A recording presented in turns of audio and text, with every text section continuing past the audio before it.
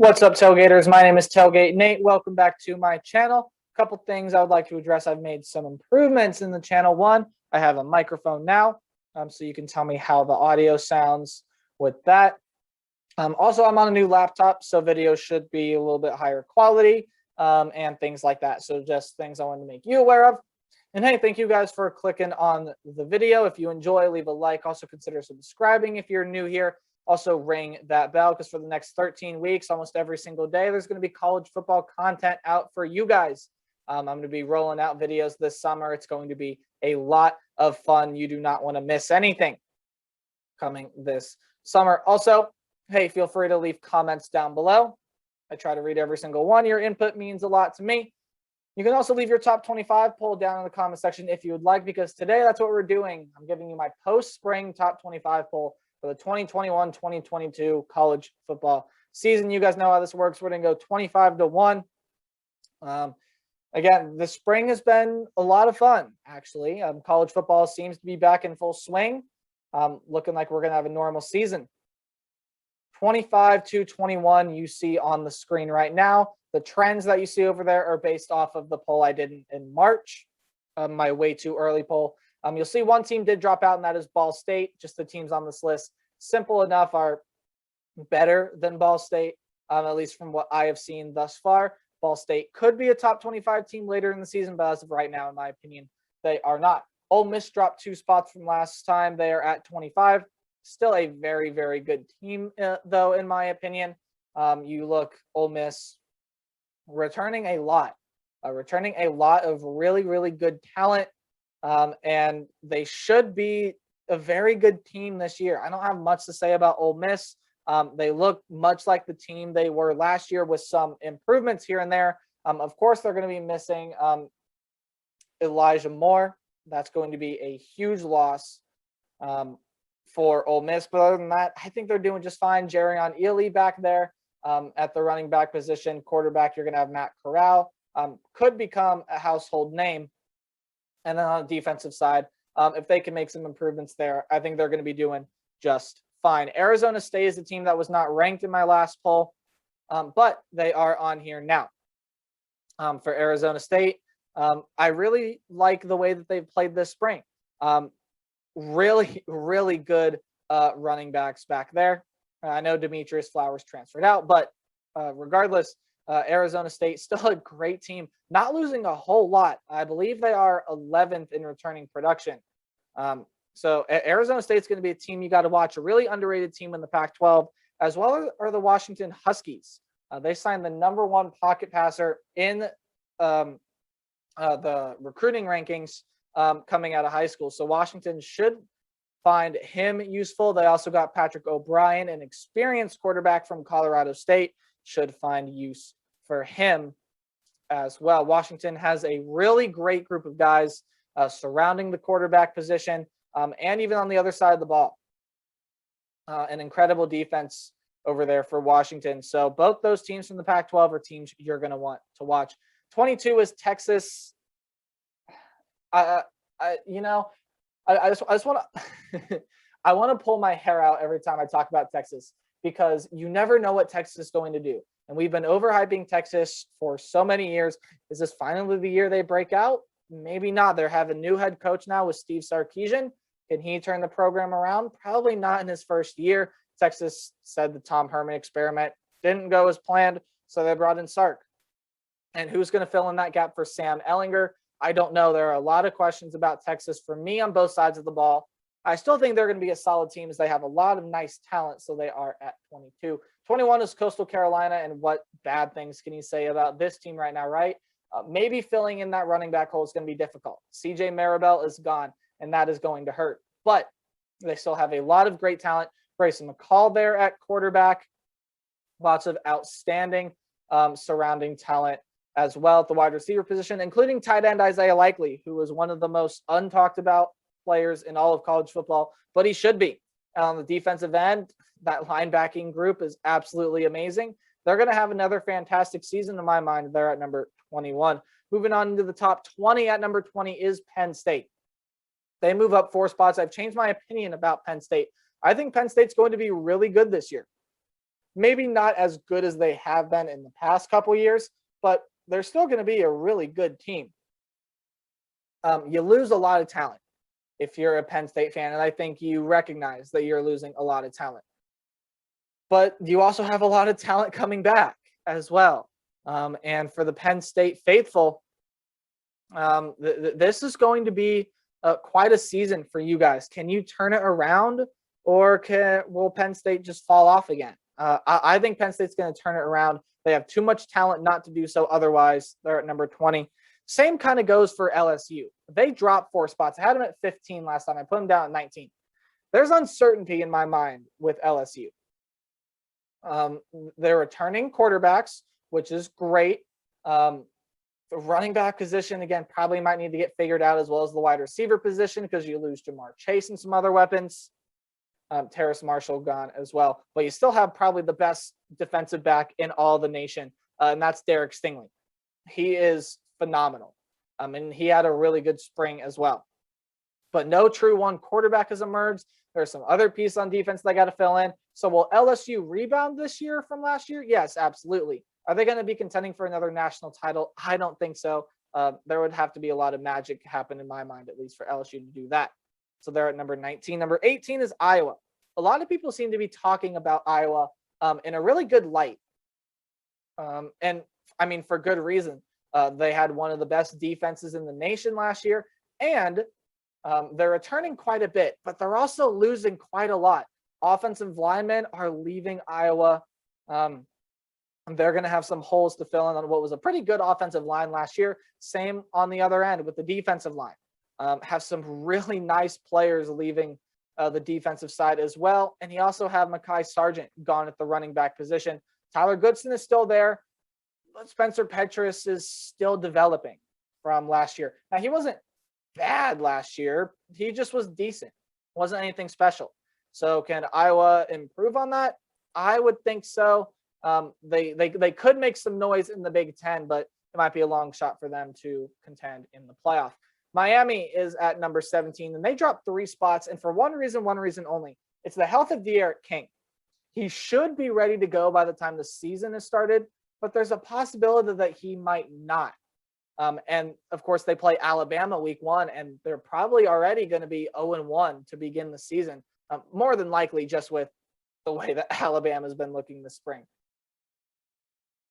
For Miami to not have De'Aaron King for the first 1, maybe possibly 2 games this season is huge, especially in that Alabama game. I mean, do they have a shot to beat Bama? Sure.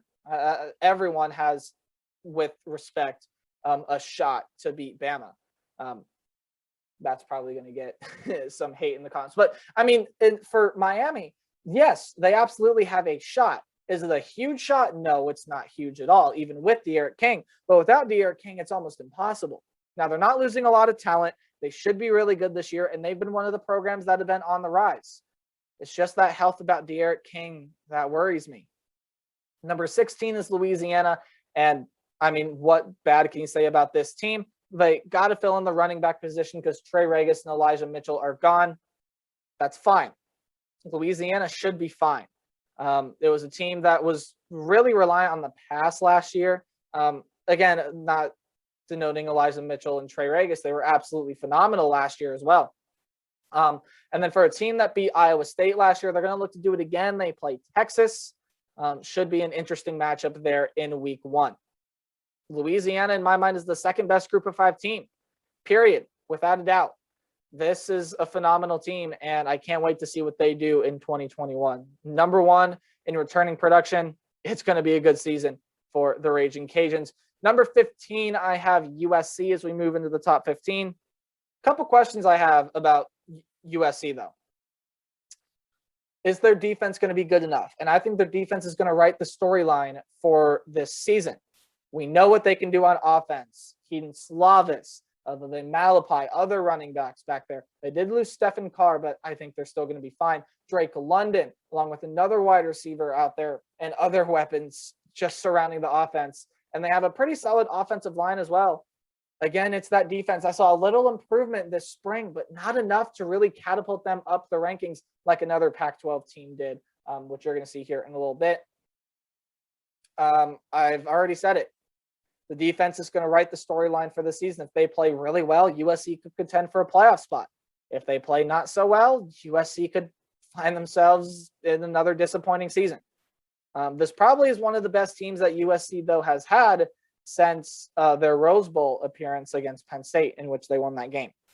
Going to be an interesting season for USC. It's also going to be an interesting season for the Florida Gators. They jump up 3 spots, and ahead of USC, I feel like Florida is so much better set off than I think anyone thought they would be. Now, Florida is one of those teams, again, they're losing talent. Kyle Trask, Kyle Pitts, the Kyles are gone. Kadarius Toney is also gone. So Emory Jones is probably going to fit in at that quarterback position, and Kamar Gamble is probably going to fit in at that tight end position. But they also have one of the best cornerbacks, or I should say defensive backs, he can really play anywhere, in the nation, in Kaiir Elam. The kid is amazing. Could be a first-round draft pick, if not definitely a second-rounder. He is really good. They also have another defensive back that is also really good. A couple linebackers. Ventrell Miller comes to mind as well. Florida's defense is going to be good this year. It's just, can they replace the weapons on offense? And if they can do that, Florida is going to be just fine. Wisconsin is here at number 13. I'm not worried about the Badgers at all. The front runners in the Big Ten West, in my mind, but it's still a wide open division. Graham Mertz is going to be that quarterback. Again, at running back, it's running back you there at Wisconsin. Also at Georgia. We'll see Georgia a little bit later. They seem to find running backs just fine. They also seem to find defense just fine, and that's the case this year. Their defense should be really, really good this year. It's going to be exciting to see what Wisconsin can do this year. Don't have too much more to say about them. I think Wisconsin, now, could they contend for a playoff spot? Absolutely. I do see a path. Maybe not right out of the gate, but definitely one of the better teams in the Big Ten. Texas A&M is here at number 12. And I'm pretty sure most of you watching this video are going to be surprised to see Texas A&M out of the top 10. Here's why I have that. There's so many people saying so many different things about Texas A&M right now. A lot of people are saying, oh, Kellen Mond is, or Haynes King is a better quarterback than Kellen Mond. Kellen Mond who? I think if Haynes King was better, he would have started last year, or Jimbo was playing favorites, but I would prefer to go with the former. And Texas A&M still has a lot of great talent around whoever the quarterback winds up being this year, whether that be Zach Calzada or Haynes King, or maybe even someone else. I don't know. It does seem probably like Haynes King or Zach Calzada will be that guy. And if that's the case, then Texas A&M could be playing one of two styles. They could be playing a style like they have been, or a style like they haven't been. It really, you should go check out my quarterback battles video. I dive into a lot more detail about that on there. And then Texas A&M's defense, I also feel like much like USC is going to be a storyline. Can they play better? And a lot of people are assuming that Texas A&M is going to be right where they were last year. And that's not the case at all. Texas A&M is a good team, yes. As good as they were last year, probably not. I've seen people that say Texas A&M is 11-1 at worst. Slow down there. I think this team is probably 8-4 at worst, maybe 9-3. At best, probably 11-1, because Bama is on their schedule every year. Texas A&M is going to be a team to beat this year, yes. Are they a college football playoff contender? I think that's remained to be seen. They still got to get past Bama. Number 11 is Indiana, and I feel like Indiana's fixed a lot of the issues that maybe people have been thinking about. How are you going to replace Stevie Scott? Well, they got a transfer running back from USC by the name of Stephen Carr. Stephen Carr was seen as kind of a 1A, 1B player with Vivek Malapai in the past years. And I think he's going to fit in well at Indiana. Of course, Michael Penix is coming back. Ty Fryfogle coming back. Peyton Hendershot coming back, along with a lot of people on the offensive line there as well. Now, defensive line was another question, but they are bringing in Ryder Anderson from Ole Miss, a really solid player there. And I mean, just the defense was the most underrated defense ever last year. Last year, the most underrated defense went to Indiana, period. This team is going to be really good, probably even better than they were last year. Yes, I do think this team can be better than they were last year. Indiana is number 11, just shy of the top 10. Speaking of which, let's get into the top 10. Number 10 for me is Notre Dame. And while Notre Dame is still a top 10 team in my mind, there are still a lot of questions that I have about Notre Dame. Is Jack Cohn going to be healthy coming into this season? If so, they can be really good. Can Kyron Williams continue what he did? I believe so, but again, yet to be seen. Can Kyle Hamilton live up to the hype, and can they fill in their holes? It's Notre Dame, so probably, but maybe not right off the bat, right? Notre Dame is going to be a solid team. I think everyone knows that. But again, to assume they're going to be back playoff position, probably not going to happen. So Notre Dame sitting here at number 10. Number 9, I have the Oregon Ducks. And this is the team that I think a lot of people have now in their top 10. A lot of people weren't sure about Oregon this year. You know, what are they going to do? Oregon this year Oregon's going to be really good. Long story short, Oregon's going to be really good. Now, the only question I do have of Oregon is that quarterback position. Who is going to fill that quarterback position? As Anthony Brown was nothing special last year. Could Ty Thompson do it? Probably. And CJ Verdell and Travis Dye are going to be back and healthy, along with pretty much all of their wide receivers.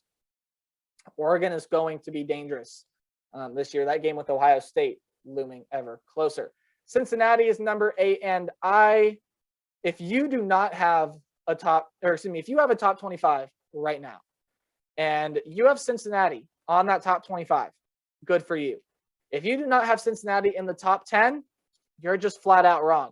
This is a phenomenal team. Desmond Ridder, one of the best quarterbacks in the nation, or is going to be one of the best quarterbacks in the nation this coming year. Cincinnati is going to be on a mission, and this is probably the best shot that the Group of 5 team has had to get into the playoffs since Houston in 2016. And even then they went to beat Florida. And Cincinnati was a missed field goal away from being undefeated. Cincinnati is the best team in the American Athletic. They are the best team. They're the best Group of 5 team. And they have a shot to get into the college football playoff. We'll have to wait and see if they can do it. Iowa State and North Carolina switch places after last poll. After I just think North Carolina is probably going to be better off. Now, do I think that North Carolina, Iowa State are on very even playing fields? They are. I think they're two very similar teams. Only questions, there are some different questions on both teams, such as Iowa State. Wide receivers, still a little bit of a question, but Xavier Hutchinson emerged last year. Can Brock Purdy have a rebound season? But as for Iowa State, I think they're going to be just fine. Their defense was probably the most improved in the Big 12. My apologies. Most improved defense in the Big 12 last year. Iowa State's going to be really good this year. Breece Hall is going to continue doing what he's doing. I called that last year, by the way. Breece Hall having a breakout year, was the leading rusher in the nation. And again, highlighted by the best group of tight ends in the nation as well. As for North Carolina, you're losing running backs. Javonte Williams and Michael Carter are gone, but you bring in Ty Chandler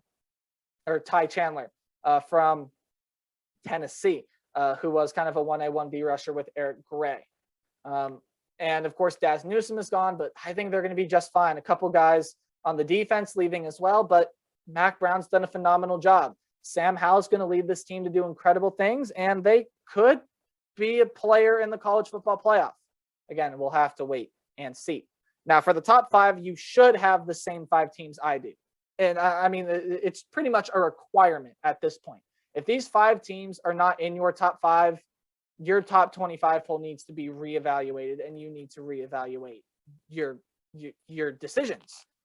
Because these 5 teams that I'm showing right now are the best 5 teams in the nation, period, without a doubt, coming into this season. Now, the order in which you have these teams, honestly, I could care less. If you want to go ahead and put Ohio State first, do it, by all means. I'm not going to be mad at that. These 5 teams are the best teams, and there's going to be a lot of shuffling in the top 5. I can feel it this year. But Georgia is at number 5. They dropped from 4 to 5 for my last poll because of the loss of George Pickens. And even with the loss of George Pickens, This was probably the best group of wide receivers that Georgia has had in a really long time. Guys emerged last year. And of course, you have Zamir White in the backfield. And JT Daniels is the best quarterback that Georgia has had in a long time. Name the last playmaking athletic quarterback that Georgia has had. It's been a long time. Georgia can contend this year if JT Daniels performs like he did late last year. Ohio State is at number 4, and it's highlighted by the best wide receiver core in the nation, hands down, without a doubt. Chris Olave, Garrett Wilson, Jackson Smith-Njigba, Julian Fleming, along with the number 1 wide receiver. I think his name is Amika. It's like Amika something. I'll have to learn how to pronounce it. I apologize. But there's still a lot of questions for Ohio State. Is the defense going to be better? I think that's a big question. Can Master Teague replace Trey Sermon? That's a big question. We know what he's capable of. And then we also have Ohio State also has Travion Henderson coming in. And then can Ohio State find a new quarterback to replace Justin Fields? Probably going to end up being CJ Stroud. He's probably going to be the guy.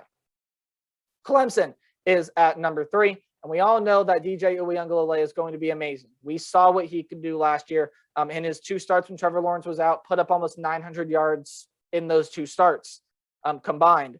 And one of those was against Notre Dame. Now, they lost the game, but did you watch the game? He was phenomenal. I think the biggest loss for Clemson this year is Travis Etienne. Now, Lynn J. Dixon is still a good runner, but he's not a Travis Etienne good runner by any stretch of a mile.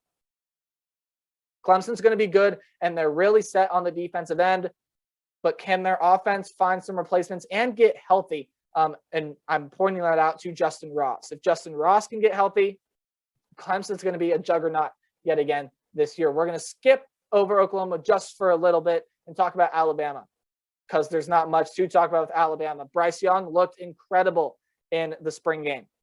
Incredible. And Alabama looks good in all facets of the game. By far, or I shouldn't say by far, but definitely the number 1 team this year. But number 2 is Oklahoma. I thought about putting that at number 1. Thought about it. But I can't put them over Alabama after just coming off a national title. If you did not watch any spring football this year, you missed out because Oklahoma looked probably the best out of any team in the spring. I have the least amount of questions about Oklahoma. Rattler looked amazing. The running back group looked amazing. The wide receivers looked amazing. The defense looked so much improved. This is going to be the best shot Oklahoma has had at the college football playoff in a long time. And not just at the college football playoff, but winning a semifinal game and maybe even winning a national title. This is the best team in my mind that Oklahoma has had in the past decade or 2. Oklahoma is going to be really good. These 5 teams make up the top 5. Hey, let me know what order you'd put these teams in, and let me know the rest of your top 25. I'd love to hear your guys' opinions. If you guys enjoyed, again, leave a like, subscribe, ring the bell. College football content is pumping out. It's time for summer camp, baby. I will see all of you guys in the next video. Goodbye.